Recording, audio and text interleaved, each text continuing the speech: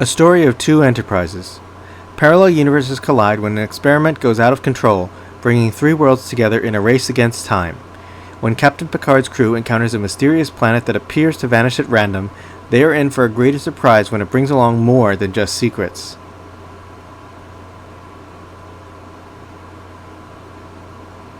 Set in the first Splinter timeline, the post-Nemesis literary interconnected universe, we meet the USS Enterprise E as she continues to explore the Odyssean Pass, an uncharted region of space.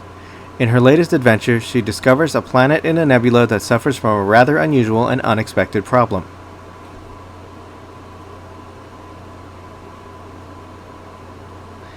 Following two Starship Enterprises, the story follows both the Enterprise E as it exists in the first Splinter timeline, and the Enterprise D as it was after Jean-Luc Picard was killed by the Borg. They are joined by a Romulan warbird from Kirk's time. With a few creative liberties taken, such as the survival of Lieutenant Tasha Yar and Dr. Pulaski serving in the Enterprise D following the Borg crisis, we are treated to an overall adventure with the entire Enterprise crew. A rare treat, it is just the kind of adventure that's right up my alley.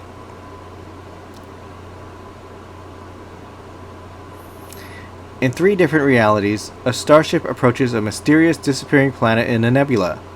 Soon all three will collide. The Enterprise E, the Enterprise D under the command of Captain William Riker, and the 22nd century Romulan warbird Bloodied Talon will find they must work together if they ever hope to go home.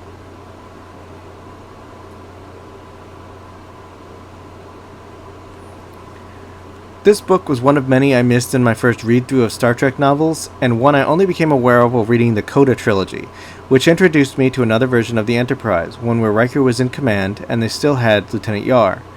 Always a fan of Denise Crosby, I wanted to learn more about the adventure that they had when they met our Enterprise crew, before the trilogy that ended what I would call a grand experiment in Trek Lit, carrying us through these long years when there was no new Trek on our small screens. Following a Captain Riker uncertain if he is worthy to take up Jean-Luc Picard's mantle, we meet an Enterprise crew at once familiar and very different from the one we know. Having seen a glimpse of a similar reality once before on the show, we now see in depth what the Enterprise is like without Captain Picard. At the same time, we get to see these characters together for the first time in a while.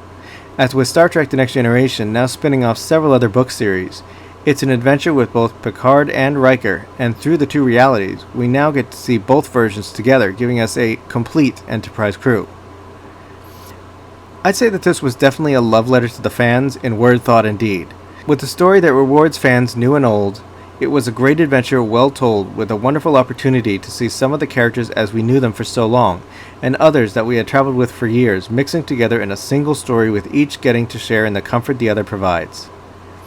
I'm always a fan of what-if stories.